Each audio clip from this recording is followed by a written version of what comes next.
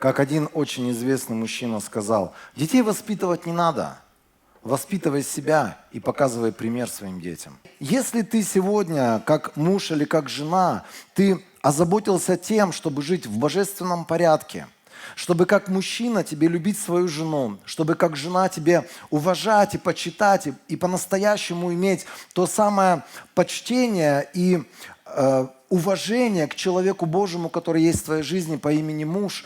И когда вот это вот все есть, оно, знаете, не надо много слов. Оно приходит как божественный пример в жизнь твоих детей. И ребенок на уровне подсознания, когда он будет строить свои отношения, он будет строить свою семью, он построит правильно, и он сделает правильно. И его жизнь, она пройдет под той самой счастливой звездой, под которой мы все хотим прожить. Знаете, такая глупая вещь, когда, например, люди говорят одно, делают другое. И ребенок, глядя на все на эти вещи, у него большое смятение в голове.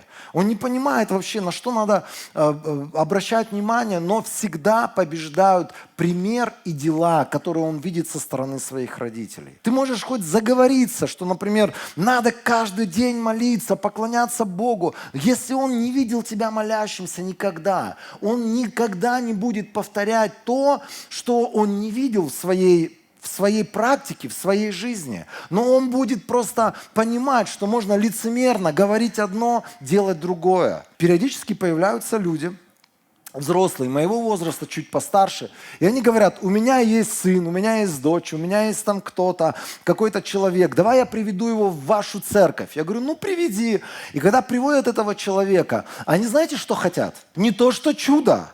Они хотят, чтобы я перевоспитал этого ребенка, чтобы весь тот пример негативный, когда дети видели, что, например, грызлись просто, они там обзывались, как две овчарки, они не разговаривали месяцами друг с другом. Они хотят, чтобы я как-то перевоспитал их ребенка, который, например, видел, что отец говорит правильные вещи библейские, христианские, но, например, месяцами может игнорировать воскресное собрание. Ради работы, ради хобби, ради рыбалки, ради каких-то еще развлечений и тому подобных вещей. Потом ты общаешься с этим молодым человеком или с этой молодой девушкой, и ты начинаешь какие-то вопросы задавать, и ты понимаешь, не надо ничего здесь менять, потому что это уже невозможно. Потому что у этого человека построен вот здесь уже фундамент определенный. И этот фундамент называется пример, негативный пример родителей. И я понимаю, например, что люди приводят к нам этих детей, знаете, так бросают и говорят, измени его,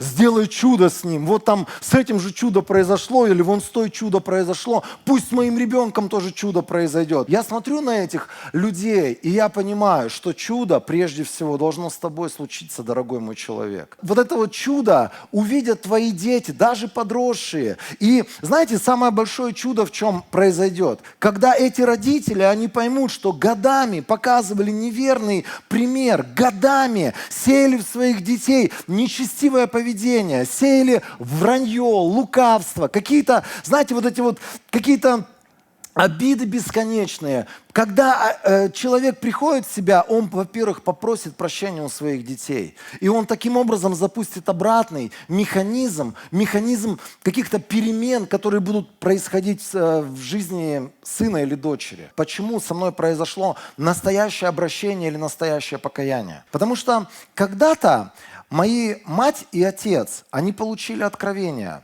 Они мне, особенно мама, очень много проповедовала Евангелие. Она когда уверовала, она, наверное, на протяжении полугода, она неотступно вот хватала меня, где встретит, и говорила об Иисусе постоянно. Она свидетельствовала, она рассказывала какие-то истории, она что-то доброе говорила о людях, о церкви, она притаскивала молодых людей, которые мне что-то говорили.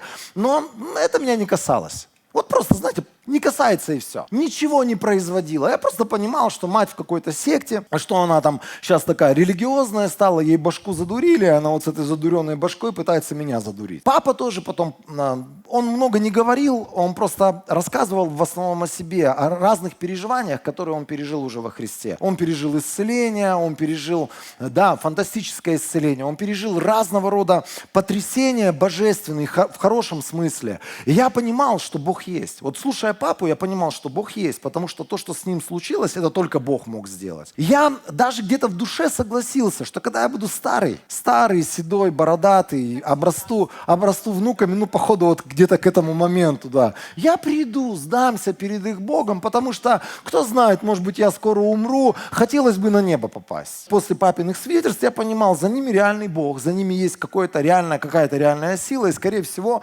вот то, что они говорят о вечности, это правда. И я как бы, не хочу мимо вечности пройти.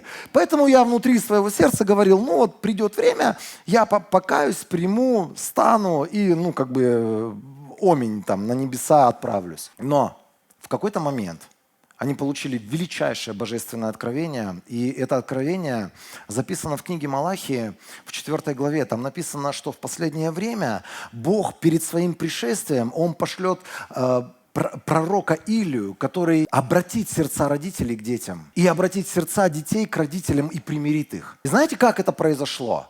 Когда они молились, вдруг они стали понимать, что я всего лишь плод их нечестивой жизни. Потому что они с детства могли говорить мне хорошие вещи, но показывали своим примером, каким-то своим поведением греховным, они мне показывали неверный пример. И я помню этот момент, когда я пришел, это была суббота, утро, я пришел очень поздно домой, скорее всего, даже очень рано в субботу я пришел. И я там чуть-чуть поспал, и потом мне надо было попасть в уборную, как люди любят говорить, это зашифровали туалет. Пусть ладно, будет уборная. И я такой прокрадывался в эту комнату, а там, знаете, двушка, старая маленькая двушка, там все как бы на одном пути находится, там маленькая тропинка, где все между собой пересекается. Они на кухне сидят, опа, иди сюда, хотим с тобой поговорить. Я думаю, Господи, сейчас начнется опять вынос мозга, нотации, вот эти вот разговоры о том, что ты в ад идешь, ты подонок последний, ты там ведешь себя как скотина, ты недостойный человек и тому подобное. Я это так воспринимал. Все их хорошие рассказы об Иисусе Христе. Я себя чувствовал плохо всегда после этого. Так вот, они меня посадили и говорят, хотим попросить у тебя прощения. Нормально. Вообще хорошее начало. Особенно, когда ты где-то всю ночь тусил, ты пришел на рогах домой, и тебе бы, походу, надо было бы просить прощения. А тут эти люди говорят, мы хотим попросить у тебя прощения. И знаете, что произошло? Они просто попросили у меня прощения, что они неправильно меня воспитывали. Они мне какие-то моменты из жизни напомнили, где они были плохим примером, где они были неправильным примером, безбожным совершенно примером. И знаете, что случилось? Я сижу молодой, 17-летний, может быть, даже мне тогда чуть больше 16, я не помню, где-то вот плюс-минус, такой молодой, надменный подросток, можно сказать. И счастливый от того, что я грешу, они у меня прощения просят. И я такой, знаете, внутри руки потираю, думаю, теперь-то загуляю вообще. И ничего они мне больше не скажут. Если что, я буду им говорить, это вы мне такой пример показали, вы же сами признались. Я как будто бы, мне казалось, что они мне такой карт-бланш выдали на то, что теперь я могу грешить без всякого стеснения. Но случилось все наоборот. Именно с этого момента стала происходить удивительная работа Духа Божьего внутри меня. Когда я выходил к своим друзьям, мы каждый день совершали какие-то пакости.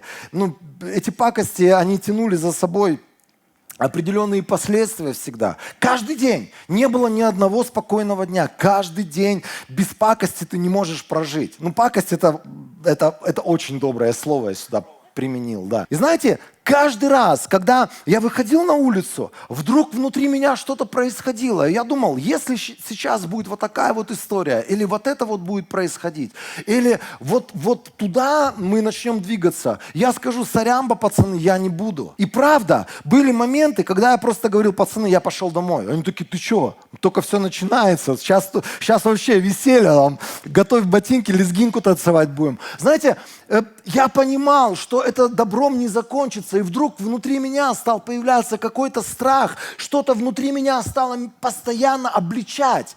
Как будто бы проснулась та мертвая совесть, которая до этого молчала вообще. Мне стало стыдно брать чужое, мне стало стыдно унижать других людей, мне стало как-то не по себе участвовать в каких-то вот этих пакостях, в которых я на изи принимал каждый день участие. И через короткое время Я покаялся, и причем мое обращение было настолько радикальным, что я внутри своего сердца сказал: Господь, как я служил до октября 93 года дьяволу от всей своей души, также я хочу с этого момента, с этого самого дня посвятить свою жизнь Тебе. И все дни своей жизни, пока будет дыхание в моих ноздрях, я хочу служить для Тебя, великого Бога. Никогда больше я не возвращался в ту нечистоту и в те грехи, из которых Бог меня вырвал. Никогда я больше не возвращался в эти наркотики, никогда я больше не возвращался в этот блуд, никогда я больше ни разу не заматерился, ни разу я не вернулся к каким-то вещам, которые до того момента были чем-то, знаете, какой-то неотъемлемой частью моей жизни. Раз и навсегда Господь обрезал это в моей жизни, и Он дал мне возможность следовать за Ним. Почему? Потому что они высвободили действия помазания, действия Духа Божьего в моей жизни. Каким образом? Через покаяние. Если здесь сегодня сидят родители, и у тебя взрослые дети, с которыми ты не знаешь, что делать, может быть, тебе как раз-таки нужно задуматься о том, что есть вещи, в которых тебе стоит покаяться. Подумай, помолись, может быть, Дух Святой тебе напомнит о каких-то ситуациях, где ты был неправ по отношению к ребенку, где ты показал какие-то примеры нечестивые, и сегодня этот ребенок просто изо дня в день повторяет то, что он видел в своей семье. Потому что так важно не то, что я слышу, как ребенок, а так важно, что я вижу. Потому что именно это и останется в моей голове. Читая послание Ефесянам, 6 главу с 1 стиха, я начал анализировать свое поведение по отношению к моим родителям. Я стал понимать, что вот здесь все мои проблемы. Вот здесь у меня беда. Я, в принципе, неплохой человек, я уже больше не блудю, не бухаю, не делаю всяких там, как вот я говорил, пакостей. Но вот здесь есть определенная засада, в которой я нахожусь в данный момент. Написано так: дети, будьте послушны своим родителям в Господе. Это ваш долг.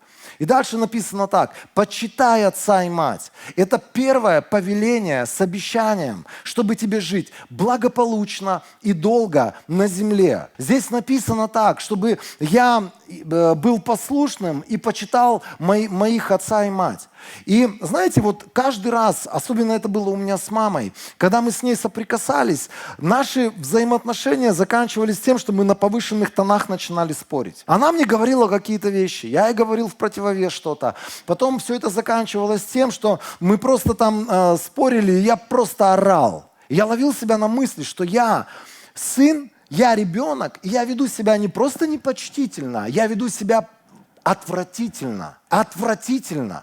И я больше могу сказать, вот когда у тебя вот эта вот граница разрушена в отношениях с родителями, когда ты без уважения, без почтения относишься к родителям, я хочу тебе сказать, этой границы не будет в отношениях с другими людьми, не думай даже. И эта граница, она уже поломана. И потом такой человек приходит в церковь, и, например, я здесь 50-летний мужчина, я, в принципе, для многих как фигура отца, для молодых людей. И что они делают, как они бунтовали против матери и отца, точно так же они начинают относиться ко мне. То есть я сейчас говорю о фигурах власти. Когда у нас вот здесь поломано все, это все у нас потом проецируется на людей, которые являются фигурами власти в нашей жизни. Это наши учителя, это наши директора школ, это наши директора отделов, в которых мы работаем. Это наше правительство, это люди, которые руководят церквями. Когда ты не уважаешь своих родителей, без почтения относишься к своим родителям, любая фигура власти, ты будешь к ней относиться точно так же, с бунтом и без почтения. Как это было у меня в сердце. Я думал, мне сейчас исполнится 18 лет, я свалю из дома и никогда больше не буду с ними видеться. Я уеду далеко-далеко-далеко-далеко-далеко-далеко-далеко и буду раз в год им писать письма. Тогда еще письма были. Вот эти. Вы не поверите, мне было 16 с чем-то лет. Я внутри своего сердца решил, я заканчивал 11 класс. Школу свою. И я знал, что сейчас я со своим старшим братом уеду хоть куда, лишь бы подальше от родителей, лишь бы подальше от матери, от своей. Знаете, это был один из, наверное, первых уроков в моей жизни. И я понимал, потом уже со временем, с годами, что я пытался убежать от себя. И я уехал, правда, я уехал за несколько тысяч километров отсюда, и я поселился, мне казалось, я жил какой-то своей собственной жизнью, 17-летней.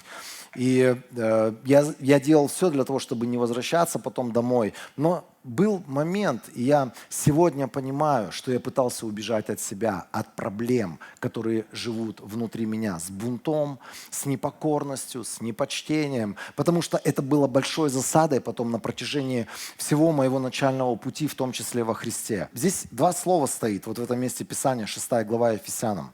Два слова по отношению к родителям. Одно слово, оно касается детей, которые живут со своими родителями.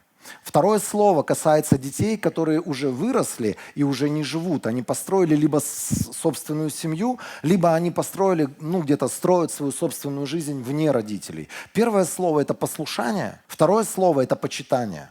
Вы заметили, да, здесь разница есть? В этих двух словах. Библия говорит нам быть послушными. Вот слово «послушание» это касается детей, которые живут на территории родительского дома. Что значит быть послушным? Когда я сегодня хозяин в своем доме, я глава семьи, я устраиваю определенный порядок в своем доме. И я ожидаю, что все в моей семье, живущие в моей семье, они покорятся этому порядку. Потому что я глава семейства, Господь мне дал эту власть, эту позицию, это моя ответственность выставлять определенные границы. И я ожидаю, что люди, они просто покорятся, и они станут частью этого божественного порядка. Причем это не красноармейский порядок, где там дедовщина жесточайшая, где несправедливость царит. Это хороший божественный порядок. Каждый вносит какой-то свой вклад в организацию чудесной, комфортной жизни, и потом каждый кайфует или принимает добро от той комфортной жизни, которую мы все вместе создали.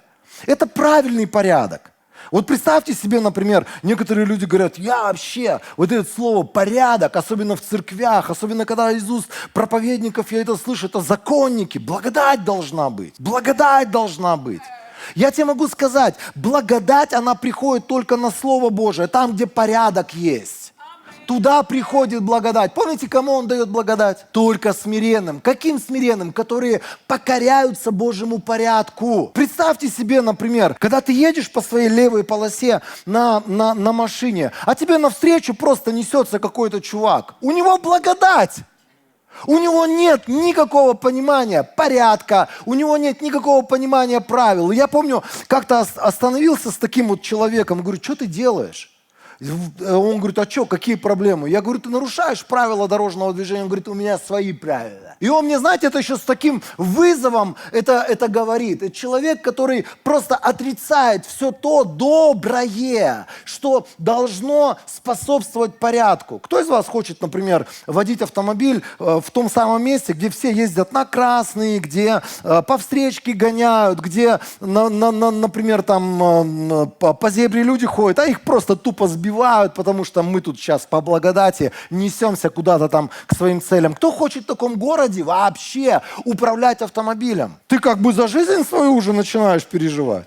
Ты просто понимаешь, что этот порядок, он влияет уже вообще на твою жизнь. И если этого порядка нет, мы подвергаем собственную жизнь опасности определенной, согласитесь? Так вот, божественный порядок в семье – это классно. Это то, что по-настоящему выставляет границы, чтобы у нас не было проблем ненужных и не было опасности для нашей духовной жизни, эмоциональной жизни и физической жизни. Когда я нахожусь на территории своих родителей, я живу с ними, я ребенок, я просто покоряюсь этому порядку, я смиряюсь и говорю, я на территории людей, где есть глава, и этот глава установил определенные порядки. Эти порядки хорошие. Например, там поели, убрали за собой посуду. Например, там глава семьи построил шкаф. В этом шкафу мы все складываем свою одежду. Мы не приходим, мы не бросаем ее туда, сюда, там в третье, в 10 место, потому что тогда дом превратится в хаос, в сарай. Ни один глава дома не захочет жить в свинарнике. Поэтому есть определенный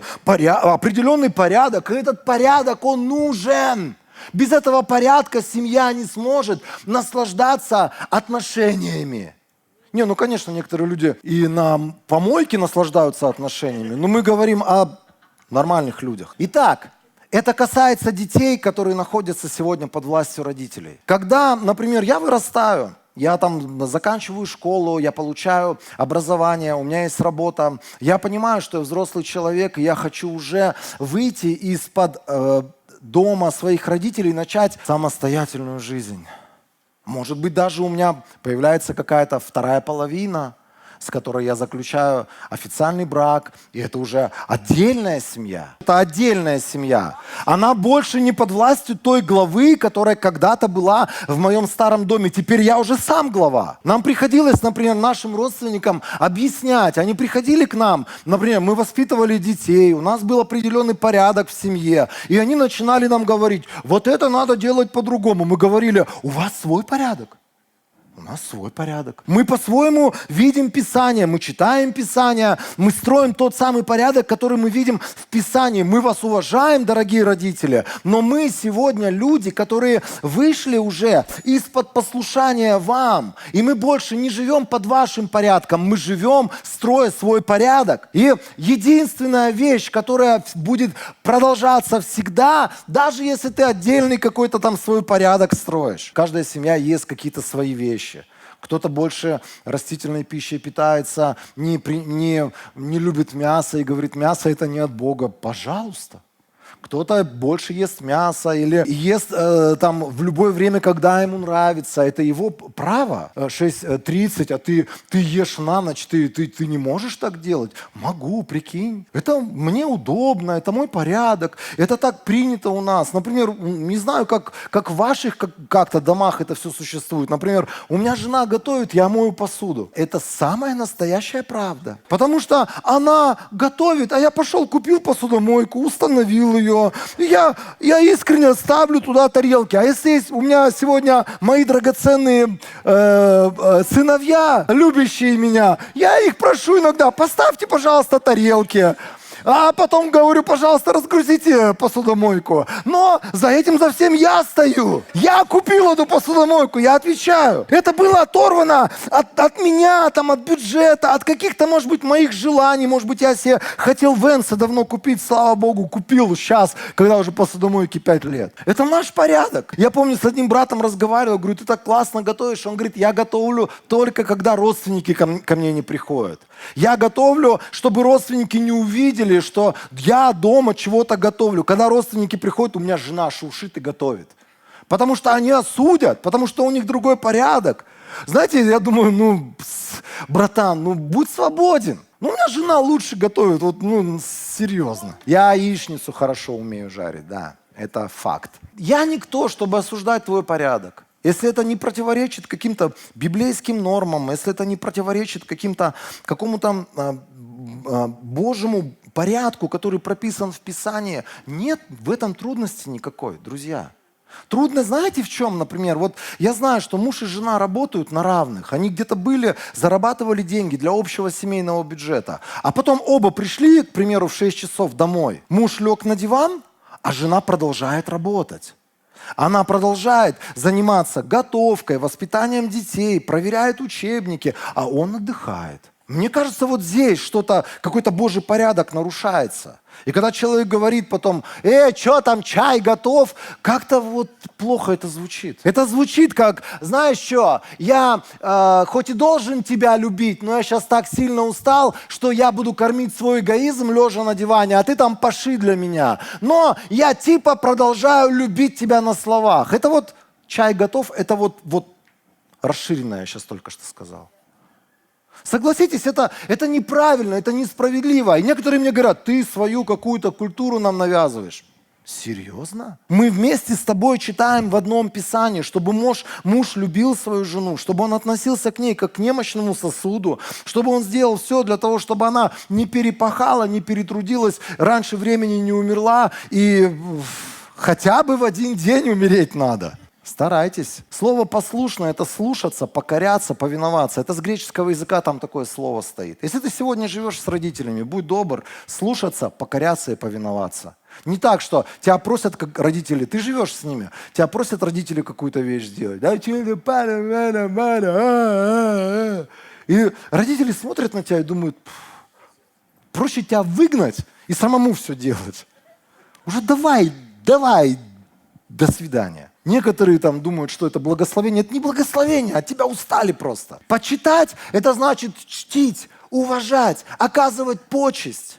Это говорить, знаете, вот это не наше дело сегодня наших родителей исправлять. Это не наше дело наших родителей понукать ими, говорить им какие-то вещи о том, какие они там неправильные, нехорошие и тому подобное. Это не твоя ответственность вообще. Просто такие, какие они есть, моя ответственность чтить, моя ответственность уважать и оказывать для этих людей почесть какую-то. Насколько это возможно. Насколько это возможно, потому что разные родители бывают. И может быть, если твои родители сегодня не могут сделать первый шаг и попросить у тебя прощения за что-то, за какие-то ситуации, ты, человек Божий, ты сделай первый шаг. Подойди и скажи: мам, я давно хотел с тобой поговорить, или папа, давно с тобой хотел поговорить. Вот были определенные ситуации, я считаю, что это было неправильно с твоей стороны. Я понимаю, что потом с моей стороны тоже была неправильная реакция. И вот эта вот вся ситуация, она была как один большой комок неправды и нечестия. Я хочу попросить у тебя прощения.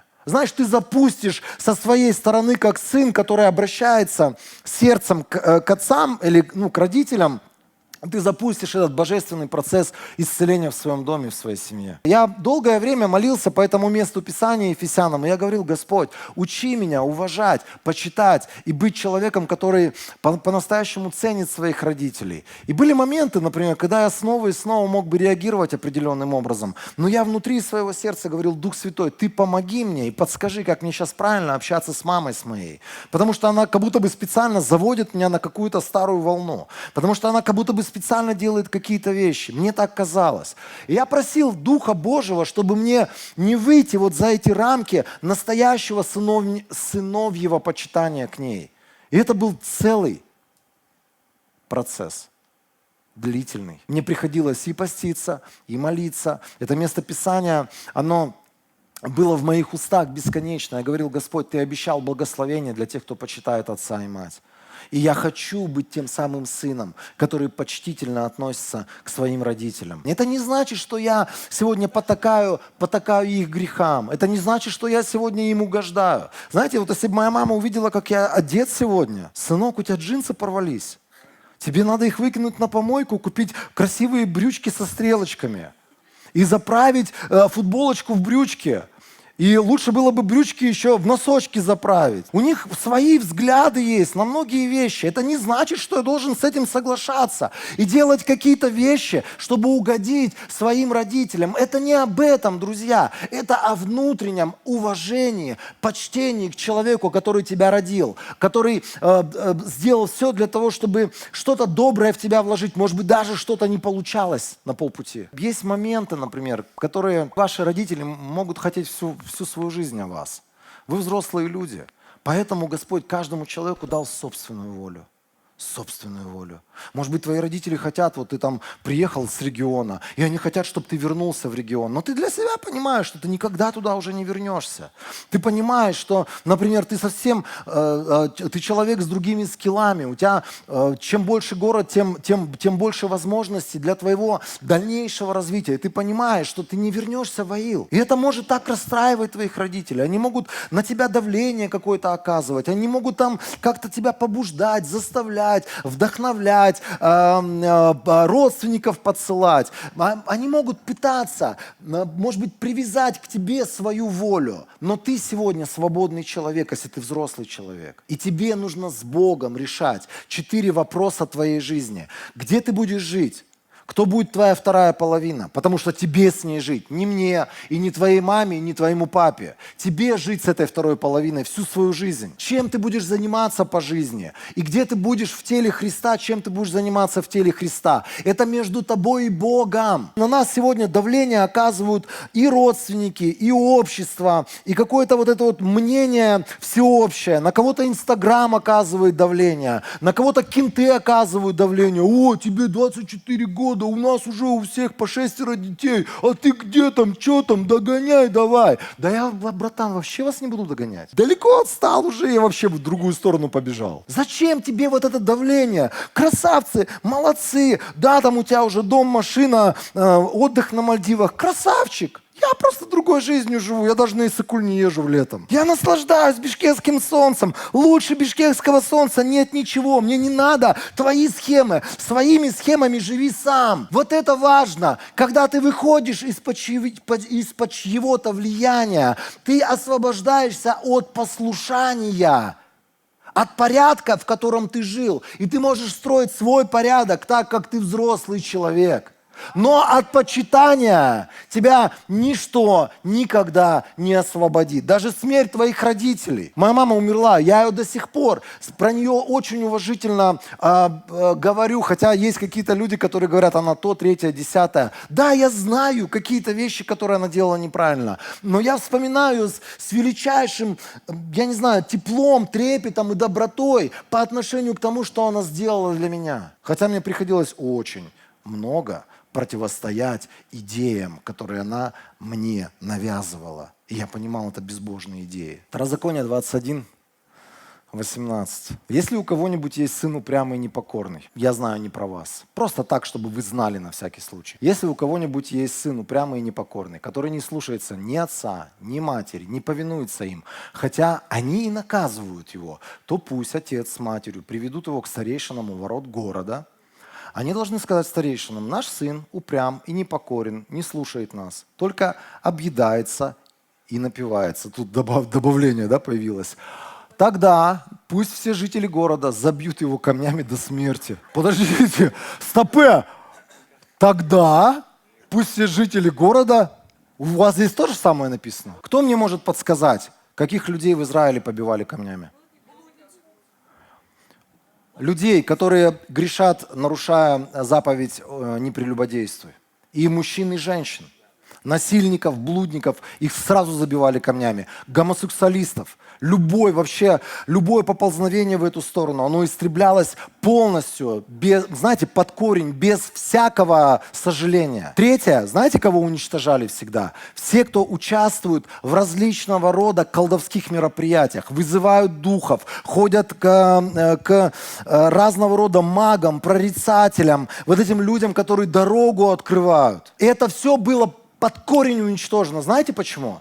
Потому что именно эти вещи развращают целые народы. И когда, например, человек сегодня не почитает отца и мать, когда растет ребенок, который может там на мать что-то говорить, может там руку свою поднять, может какие-то слова вообще мерзкие сказать на одного из родителей, Писание сразу говорит: проклят такой человек. Такому человеку вороны дольные выклюют глаз. Там в притчах написано. То есть ничего доброго о таких людях не сказано. Но для Бога было так важно, чтобы дети, они бы росли в почитании, в послушании к родителям, потому что только тогда сохраняется настоящий библейский принцип общества, где младшие уважают старших. Почему, например, сегодня в некоторых странах ты приезжаешь туда, а там просто повсеместное непочтение к старшим? Да потому что ты посмотри на их семьи, как эти люди, что они говорят в своих семьях, как они ведут себя по отношению к родителям, как и им все это сходит с рук, это позволительно стало. Потому что всеобщая толерантность, потому что мы позволяем детям делать какие-то вещи, чтобы не переломить их, чтобы их волю не надломить. Мы позволяем детям переступать какие-то границы, просто даже боясь им на эти границы указать. И потом мы плачем и говорим: Господи, а почему, откуда он вырос упрямый и непокорный? А потому что не было отца, который бы сказал: вот до сюда дойдешь, дальше нет. А если дойдешь, я тебе ногу сломаю. Образно, друзья. Но есть возможность по-разному остановить ребенка. Есть разные способы не позволить ребенку делать какие-то вещи, которые он делает раз за разом. А знаете, кто такие дети? Самые главные манипуляторы в вашей жизни. Потому что они сделают что? Они будут щупать вот эти вот границы дозволенного. Они будут прощупывать тебя. Они, знаете, вот как раз один шаг и смотрят на тебя. Молчит. Второй шаг. Там что-то там покричал, ушел. Нормально. Третий шаг. Опять что-то покричал. Ой, прости. Ушел. Аллилуйя. Манипуляторы страшнейшие дети. И они своего добиваются. И знаете, когда нет твердости со стороны родителей, и это прежде всего отцы, когда нет отца, который просто упрекнет, остановит, дисциплинирует и скажет, дальше не ходишь. А если ходишь, я тебя накажу. В смысле такое слово можно употреблять? Послание евреям, 12 глава, с 5 стиха. Это наши отношения с нашим добрым, любящим, милостивым небесным Отцом. Вы забыли слова ободрения, говорит, я верю, это апостол Павел. Обращенные к вам, как к сыновьям. Сын мой, не отвергай наказания Господнего, не теряй присутствие Духа, когда Он тебя обличает. Ведь Господь наказывает того, кого любит, и бьет каждого, кого принимает как сына. Аллилуйя! Вы знаете, если Господь меня не обличает, ничего со мной не делает, не дисциплинирует, самое время пришло задаться вопросом, Господи, может быть, Ты не любишь меня? Может быть, я и не твой сын вовсе. Может быть, я какой-то приемный, которого бить нельзя, вдруг я обижусь и уйду к другим родителям. Дальше написано так. Переносите страдания как часть вашего воспитания. Бог относится к вам как к сыновьям. Разве есть такой сын, которого бы отец не наказывал? То есть это ответственность отца. Здесь автор размышляет, он рассуждает об отцах земных. Он говорит, разве есть такой сын, которого любят, и его бы отец не наказывал? Потому что отец хочет лучшего для своего сына. Все, что во вседозволенности, все, где нет границ, там беда начинается, друзья. Дальше написано, если вы не бывали наказаны, а каждый подвергается наказанию, то вы незаконные дети, а не подлинные сыновья. У нас у всех были земные отцы, которые наказывали нас, и мы уважали их. Насколько же больше мы должны быть послушны Отцу наших духов, ведь это послушание дает нам жизнь. Наши отцы воспитывали нас некоторое время и так, как им это казалось правильным. Но Бог воспитывает нас ради нашего блага, чтобы нам стать участниками Его святости. Любое наказание кажется нам скорее причиняющим боль, чем несущим радость. Но впоследствии те, кто был научен наказанием, пожинают урожай праведности и мира. Каждый раз читаю это местописание, и у меня перед глазами всегда всплывает один человек. 3 детей у него было. Я помню ситуацию такую, когда один сын, он вообще неверующий, он даже в церковь не ходил, просто отказался в какой-то момент, сказал, я буду жить своей жизнью. Второй ребенок, просто там бесконечный бунт, жизнь просто в каких-то тайных грехах, сумасшествие какое-то. Смотришь, там молодой человек, а просто жизнь вся уже испорченная, исковерканная. И третий был такой небольшой человечек, который просто приходил, я помню, на собрание и делал все, что он хотел на этих собраниях. Он не сидел на собраниях, а если он сидел, то он сидел в телефоне. Если ему кто-то из взрослых говорил, убери телефон, типа, чмо? Ты умеешь разговаривать? Вот с таким видом смотрел этот ребенок на этих взрослых людей. И это чмо заговорило. Этот человек потом просто приезжал на собрание и сидел в машине, он даже не выходил. И когда ты ему говоришь, пойдем там на детское, на подростковое. Я разговаривал с отцом. Я говорю, слушай, проблемы 1, проблемы 2, проблемы 3. И ты это признаешь. Да, у меня проблемы вообще с ними. Я не знаю, что делать, хоть стреляйся. Я говорю, как ты дисциплинируешь их? Такое, знаете, когда новое слово в твоей жизни, иностранное. Что? Я говорю, как ты их там, не знаю, ты выставляешь границы, ты призываешь к порядку, да, ты какие-то ожидания свои высказываешь, и потом ты требуешь, чтобы эти ожидания были исполнены. Этот человек на меня смотрит, я не делаю этого. Я говорю, в смысле? А кто это делает? Мать там иногда что-то там от них требует, а я такой любящий отец, после работы прихожу, там каждому по мороженке купил, такой любящий добрый отец. Я говорю, ответственность отца, выставить границы. И, знаете, Писание учит нас, чтобы каждый отец, прежде всего, он был человеком, который своих детей воспитывает. Воспитание включает в себя слово очень неприятное, которое мы здесь встречаем евреям. Но он наказывает ребенка своего. Наказывать с греческого – это воспитывать, наставлять, учить. Это когда ты просто сначала говоришь, потом показываешь своим примером, потом ты требуешь какие-то вещи, чтобы этот человек либо делал, либо наоборот не делал. И когда он отказывается исполнять то, что ты говоришь, ты применяешь дисциплину определенную, чтобы исправить его характер. Я когда ему стал это говорить, я против того, чтобы бить детей. Я говорю, с чего ты взял, что их надо бить? Ты просто забери у него телефон для начала. Это уже будет больнее, чем 100 ударов по заднице для него.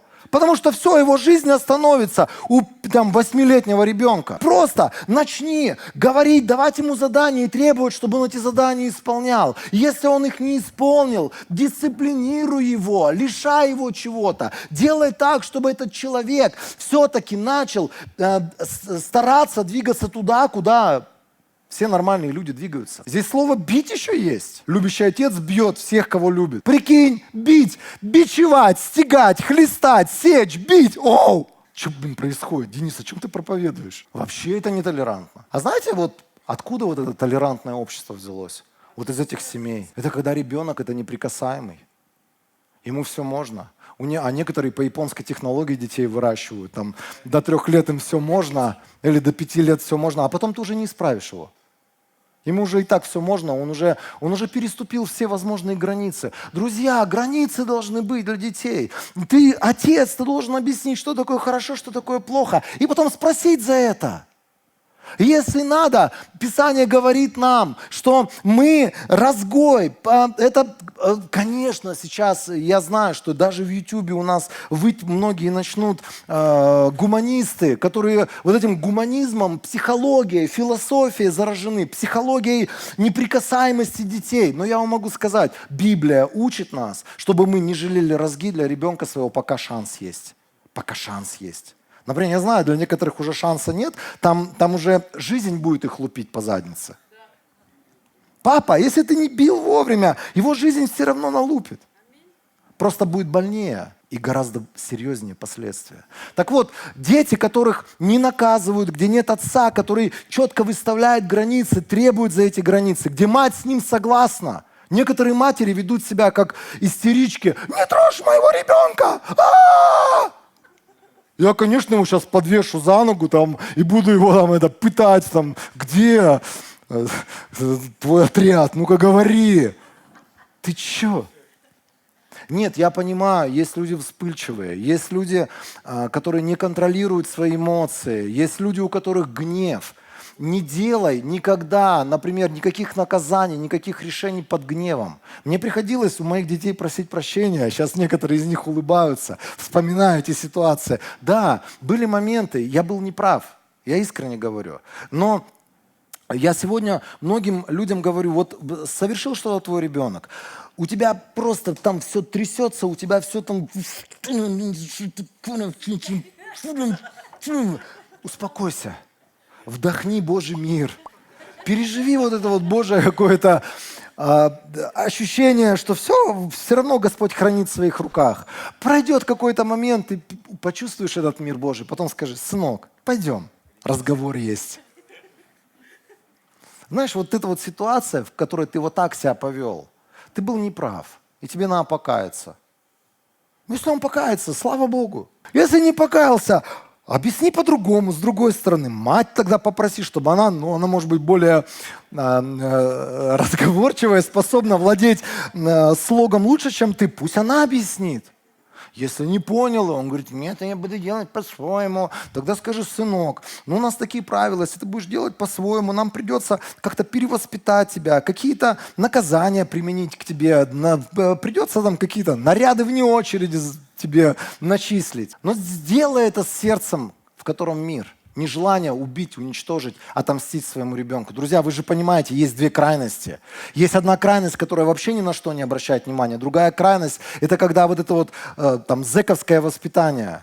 Шаг влево, шаг вправо, тебя там, да, тебя ждет вообще бур страшный. Люди, которые не получают должный уровень дисциплины, они попадают вот в эти две категории. Первое – это люди безответственные, второе – это люди безнаказанные. Что такое безответственный ребенок? Это ребенок, который, что бы он ни натворил, он за это никакой ответственности не несет. Где-то мама разрулит. Например, дети тусят, там что-то у них случилось, какая-то непонятка случилась. Мой ребенок самый правильный, он не мог ничего плохого сделать, ваши подонки. И такая, знаете, вот технично перекладывается ответственность за то, что было между детьми, на других людей. Мой хороший, все остальные нехорошие. Вот здесь заложена мина замедленного действия. Вырастает безответственный человек, который знает, что бы я ни сделал, я за это ответственности не несу. В В крайнем случае я жертва. Я всего лишь жертва. Я напился, потому что этот бородатый мужик пришел, предложил мне там 500 грамм водки, а я сказал, не буду. Он сказал, залью в рот тогда. Ну тогда буду, ладно. И все, и напился. А потом я с кем-то наблудил, а потом еще что-то сделал. А че она с такими голыми ногами ходит рядом? Ты серьезно сейчас? И вот этих безответственных людей, это все упирается в детство, где мама его всегда защищала, где он всегда лучший, все остальные придурковатые, а он лучший. Ой, сколько этого было. Вот я помню, я на улицу иду, мама говорит, не общайся с ними, они тебя испортят. Я думаю, ага, еще кто кого там испортит. А что-то случится, мама, я не знаю, там что-то... Все, ты лучший, ты красавчик, а они его там, подонки, испортили моего сына. А безнаказанный, вторая позиция, вот это вырастают безнаказанные дети. Знаете, я за то, чтобы у нас, например, на каждом перекрестке, на каждом пешеходном переходе висела камера. На каждом. Везде. Сегодня в Китае, если ты вот так телефон свой положишь, в любом месте и уйдешь, его никто не тронет. Почему? Потому что вы подумаете, китайцы все стали праведными людьми, они боятся Бога. Нет! Они боятся камер, они везде. Если ты взял чужой телефон, за тобой придут, и потом 4 года ты вот так будешь ходить. Как бы того ни стоит. Когда у тебя есть чувство безнаказанности, тебе все можно. Ты будешь вести себя просто как олень на дорогах, ты будешь делать всякие пакости людям, ты будешь брать чужое, это все на изи будет происходить. Но когда ты понимаешь, что есть всегда наказание или ответственность за тот поступок, который ты сделал, и ты будешь вкушать проблемы от этого, рано или поздно это аукнется в твоей жизни. Когда ты это понимаешь, когда в тебя это вдолбили с молоком матери, что каждый твой поступок, он принесет определенные последствия в твоей жизни, ты сам не возьмешь это. Даже если никто не увидел. Даже если потом ты пошел такой, лохи не поняли, что это я их кинул, там я в ЦУМе за 44 тысячи сомов сдал, теперь я там красавчик. Завтра угоришь на 440 тысяч. Когда ты это понимаешь, это не просто штраф, это Бог найдет способ тебя каким-то образом осадить. Потому что есть определенные, знаете, вот определенные причинно-следственные связи, законы, которые работают. Если родители тебя не научили, все равно жизнь тебя накажет. И это печально. Я очень сильно хочу, чтобы вот эта вот безответственность и безнаказанность, это просто было выкорчевано из наших детей, потому что мы закладываем мину замедленного действия в жизни этих людей.